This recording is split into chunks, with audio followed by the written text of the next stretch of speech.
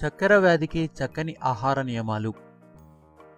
వైద్యుల సూచనలు ఆచరించటం, వ్యాయామం చేయటంతో పాటు మధుమేహ వ్యాధి నియంత్రణలో అతి ముఖ్యమైన అంశం ఆహార నియమాలు పాటించటం.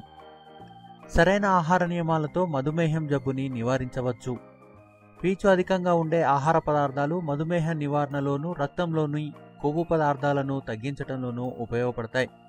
అన్ని రకాల పప్పు దినుసులు, ఆకుకూరలు, కూరగాయల్లో పీచు అధికంగా ఉంటుంది. వరి, గోధుమ, రాగి, జొన్నలు, సజ్జలు వీటిలో చాలా మటుకు పిండి పదార్థం ఉంటుంది. ఎలాంటి సందేహాలకు తావివ్వకుండా ఏ ధాన్యమైనా ఎంత పరిమాణంలో తీసుకోవాలి అన్నది ప్రధానం. మాంసాహారం నుండి లభించే ప్రోటీన్ల కన్నా పప్పు దినుసుల నుండి లభించే ప్రోటీన్లు మేలైనవి. 2 లేదా పైగా పప్పు దినుసులను కానీ, ధాన్యాలు, పప్పులు కలిపి తీసుకున్న ఆహారం కానీ ప్రోటీన్ల శాతాన్ని పెంచుతాయి. పుట్టగొడుగులలో ప్రోటీన్లు సమృద్ధిగా ఉండి తక్కువ క్యాలరీలు ఉంటాయి కనుక ఆహారంగా పుట్టగొడుగులను తీసుకోవచ్చు.